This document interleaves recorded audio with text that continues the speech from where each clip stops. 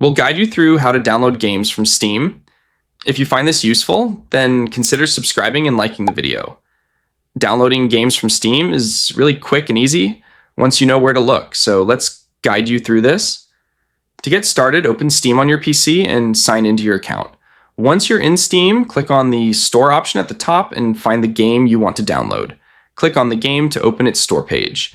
If the game is free, click the Play Game or Add to Library option. For a paid game, and you'll need to purchase it first. Once the game is in your library, click on the Library option at the top. In here, find the game you want to install and click on it. Then click the Install button. Now, choose where you want to install the game and click Next or Install to begin the download. You can see the download progress at the bottom of Steam. Once the download is complete, you can click Play and start playing the game. That's all there is to it.